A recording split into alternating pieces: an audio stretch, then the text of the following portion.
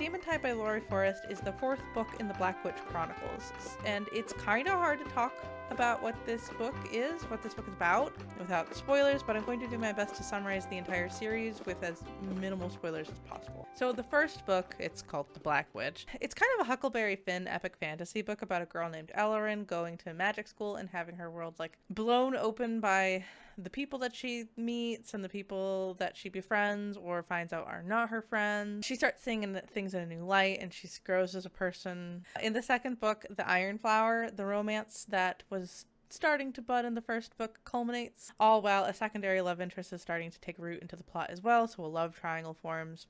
All the while, Ellerin and her friends start taking small but powerful actions to prevent the bad guys in this world from committing atrocities, or as many atrocities, because they're still kids. The Shadow One takes things in a very different direction, and it's kind of like Eclipse in the Twilight series, where all of a sudden the secondary love interest steps in on the stage and has a lot more like influence on the plot, and it's kind of a training arc, I guess. So in this fourth book, The Demon Tide, Ellerin is like officially escaping her situation, but everyone else that has ever been in the story is also growing as well, to the point where a ton of side characters get their own chapters, and that takes up a huge chunk of the 670-page book. For my review, I'm really sad about this book, to be honest with you.